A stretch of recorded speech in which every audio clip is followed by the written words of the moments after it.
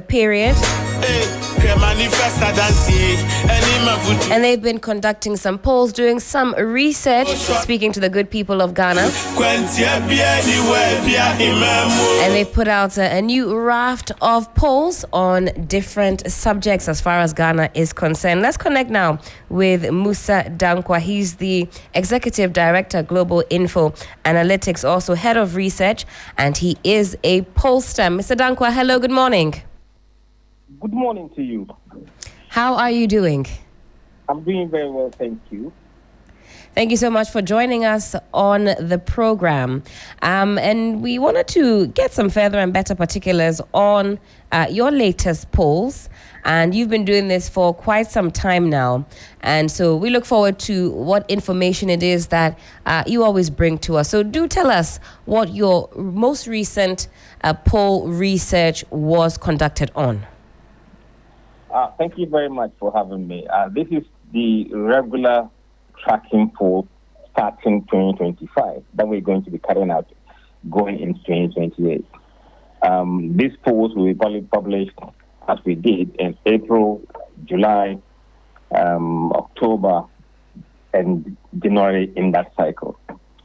We interviewed close to 8,500 Ghanaians across 84 constituencies, randomly selected, and across all the 16 regions. And again, we focused our polls on key areas that we've been kind of tracking for the past 3.5 to 4 years.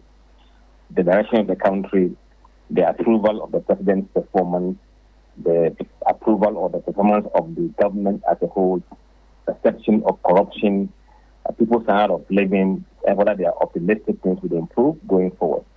And then we tend to add some topical issues trending over the period. This time we were talking about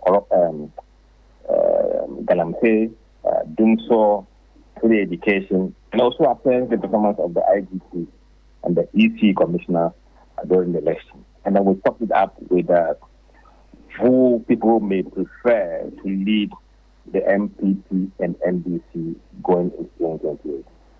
Now, I see that this time around for the methodology, there was a mixed mode for April 2025. So that's web and face-to-face. Can you tell us exactly what that means? It simply means that we are going to combine two ways of collecting the data. The normal face-to-face in the field will continue, and the sample that was deployed for this face-to-face was close to 94%. Then the second mode is online. We've realized that there are certain type of voters, we don't meet them in the field when we go out there. Right. And those people can be found online. So in order not to have any demographic not represented, we've adopted this mode to ensure that those who are upper class and the upper middle income people who are unlikely to be in the field in the day will be captured just using the telephone or using the web service. Certainly. Now, the questions that you pose, they're extensive. A lot of work has gone into what it is that you do. So we can't go into every single subject matter, but there were some key findings that piqued the interest of Ghanaians, especially I observed on X and other social media platforms. What would you say were the key findings for you from where you sit that gathered a lot of momentum and got a lot of tongues wagging? I think first it's around the direction of the country. Okay. Majority of Ghanaians are now saying Ghana is headed in the right direction. In the past, this number has been very, very low. We have seen a dramatic shift in the perception of Ghanaians with regard to where the country is headed now. 62% said right direction and 26% said wrong direction. 12% didn't have an opinion. If you compare this, the last tracking poll we conducted in 2024, only 31% then thought Ghana was headed in the right direction. Now that number is 62, double. And at the time, 62% were saying we were headed in the wrong direction. Now that number is 26. So that is a very remarkable difference between the two periods. And then if you look at the performance of the president, how people are judged the performance of the president since he assumed office, the honeymoon period, 66% are saying that they approve the way he's doing his job as president, compared to 23% who said they disapprove, and 11% have no opinion. So overwhelmingly, again, most Ghanaians support the way John Mahama is doing his job compared to the data in last October. And then you look at the government performance. If you put the government on one side as a whole, how are they being assessed by the voters in the first 90 days? Those who said they've done excellent is 21%. And those who are saying they've done very good or good is 55%. 9% say average, and 4 is 15%. So definitely this is kind of a government that is enjoying a bit of goodwill from the people. Right. But we don't know how long these numbers will stay the way they are. Right. Because it appears, Mr. Dankwah, that even with these numbers, there's been a bit of a dip.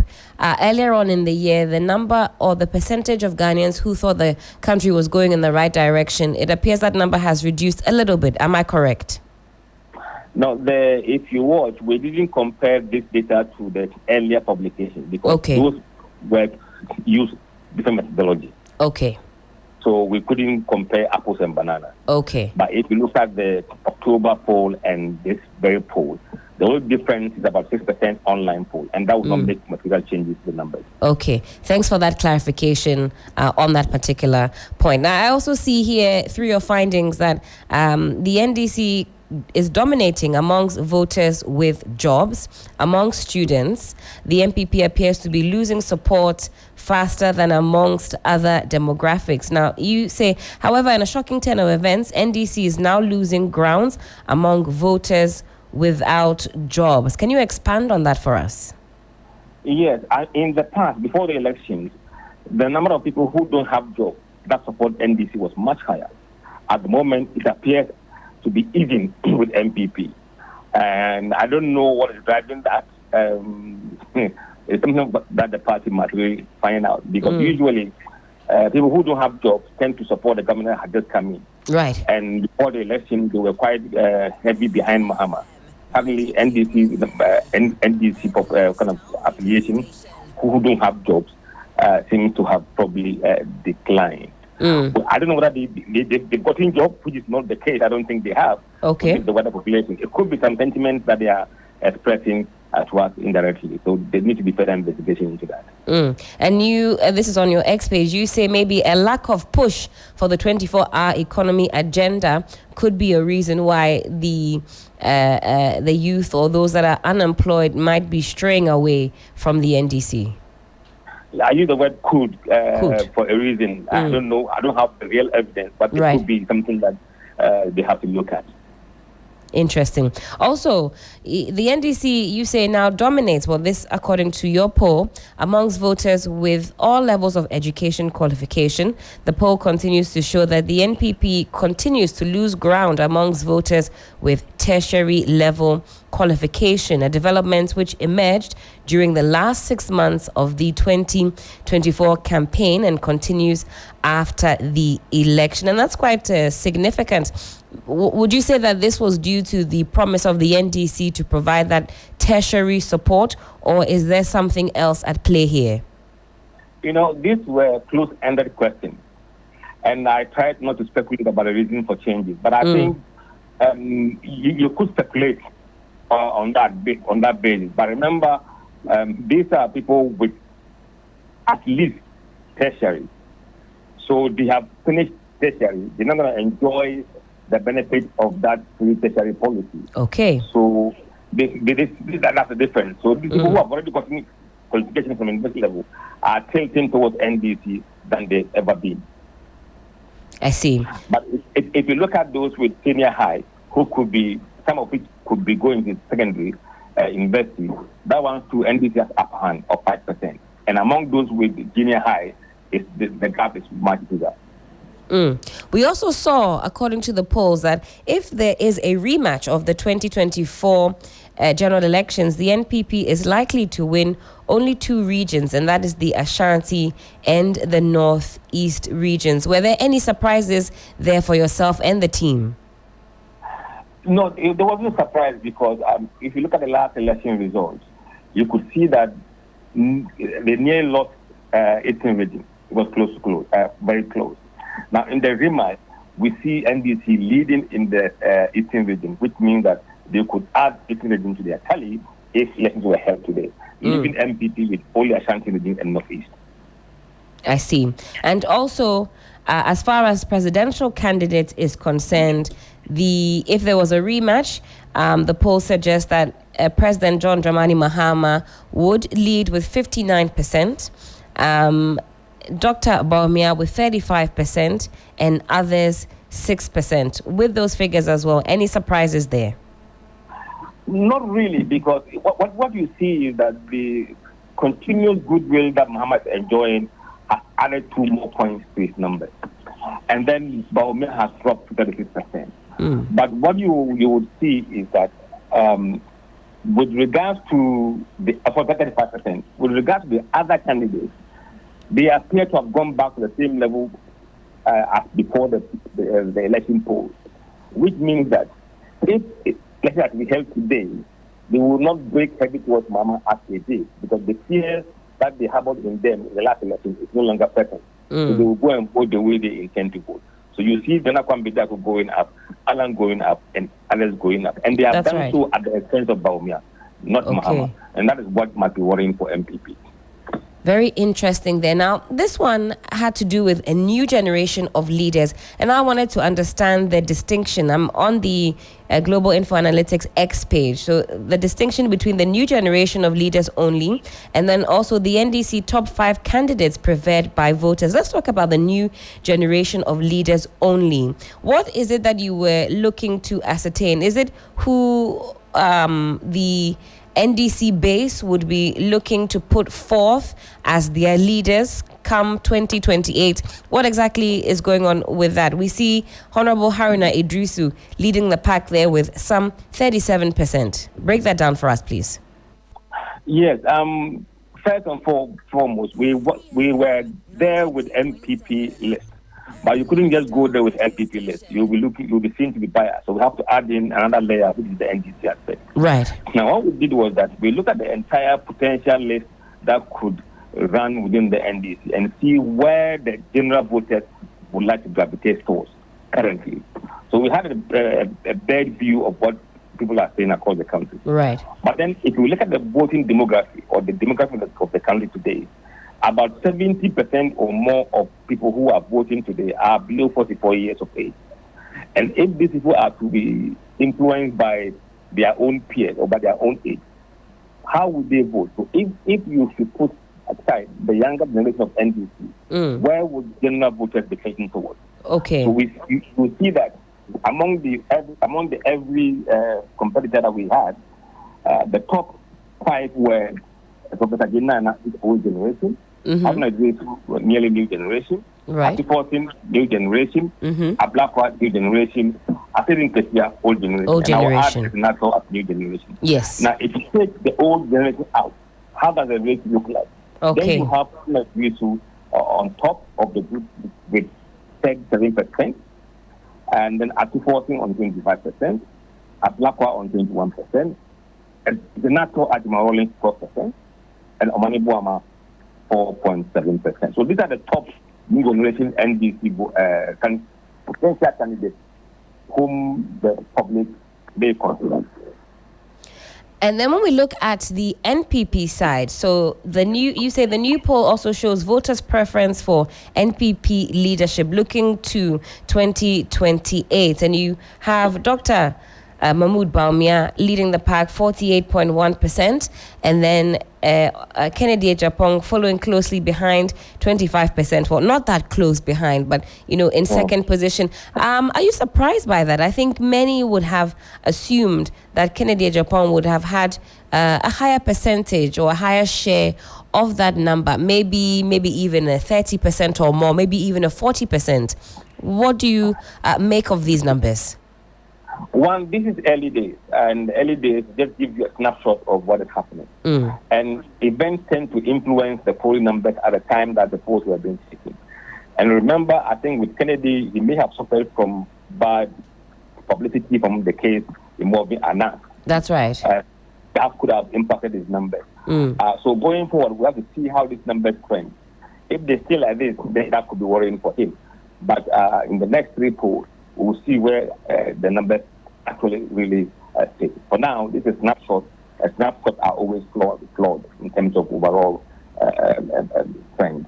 Absolutely, because as you say, it's also what's happening at the moment that also informs whatever decisions that are made by the individuals who are polled. All right, a few more, and then, of course, we can wrap up on the conversation. I know you have a busy morning. Now, the poll showed that 64% of Ghanaians are satisfied with the budget as presented by Honorable Kasiel Ato Forson, and only some 10% dissatisfied with it. Were these also asked as close-ended questions, or were there reasons given for which it appears Ghanaians are very happy with this first budget? No, we asked a very close-ended questions for all of these questions. Okay. And we asked them whether they were happy or satisfied with the budget as presented by Dr. Kasiel Ato Forson. And as you can see, 64% of voters said yes, they are happy with the budget that was read. Only 10% were not happy with it, and 26% were neutral. And that shouldn't be surprising, because if you look at the budget that was read, people who were into betting were regulated, and everybody that was against either was regulated. So this must not be surprising. All right. Now, on the state of Dumso, and then we'll come to corruption after that. And President John Dramani Mahama, 20% of voters believe that it has worsened. That's the case of Dumso, while 34% say that has improved. Those were the figures there. Let's talk about corruption also, Mr. Dankwah. On the state of corruption, you have 56% of the individuals sampled say that it's improving. Okay, so this is from October 24 all the way through to April 2025. What do the numbers tell us as far as the perception or the state of corruption is concerned? At the moment, majority of Ghanaians, by 56%, are saying that corruption levels are improving in the country. 14% are saying that it's getting worse. Okay. And 23% says it is the same, it hasn't changed. 7% did not have an opinion.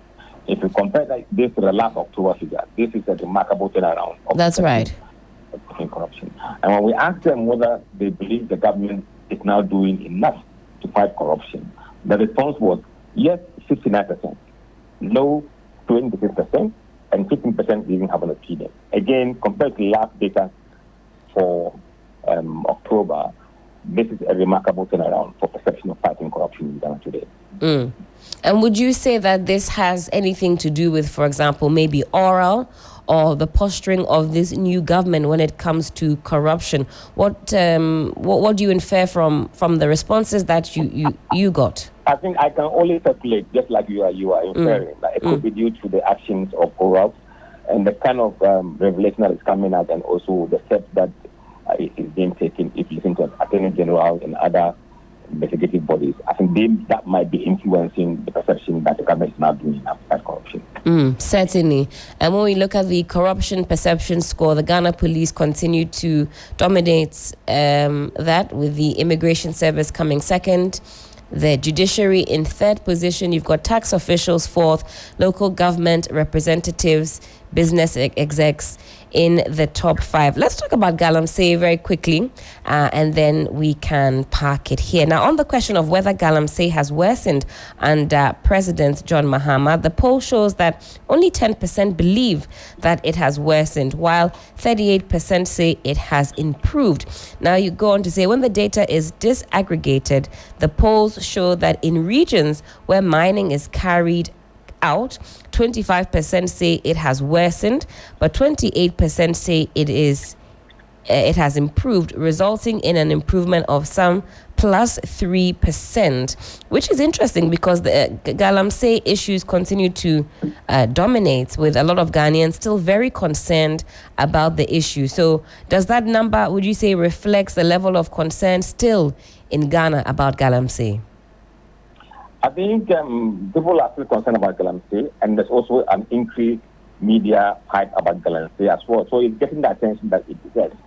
But when you test it across the country on the ground, then you see a different perception. Across the country, I think people think it is improving, plus 28%. But in the mining areas, it appears nothing has changed much. And if government wants to know how people feel, I think the attention must focus in the money area.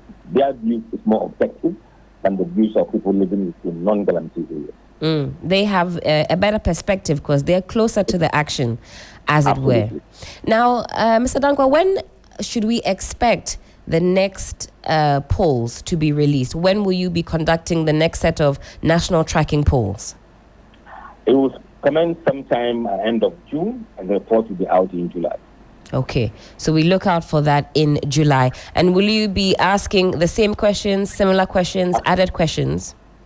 Yes, we'll be asking, most questions will be asked, some will be dropped, but largely the key ones that we are tracking, we'll keep tracking them in terms of the rest of the country, performance of the president, performance of the government, corruption, standard of living will continue, and also ranking of corrupt perception in the country will also continue, and then the party leadership would also continue. And my final question, this issue of sample size, is it one that continues to plague Global InfoAnalytics, or would you say that following the 2024 elections, those issues have been put to rest? I think after fighting and arguing over 2,500 sample size, to deliver the precise election results, people should go to bed with sampling size. Thank you so much for your time, Mr. Dankwah. Always a pleasure. And of course, when the next raft of polls come out, we'll be looking to engage you for some further and better particulars. It's my pleasure. All right. Have a wonderful Monday. That was Mussa Dankwah, Executive Director, Global InfoAnalytics. And they're responsible for a number of the national tracking polls that you and I are privy to every quarter or so. They're an independent opinion research company. And of course, come July, we'll be looking to what the numbers say. Will it be an improvement or a regression? Well, we live to see.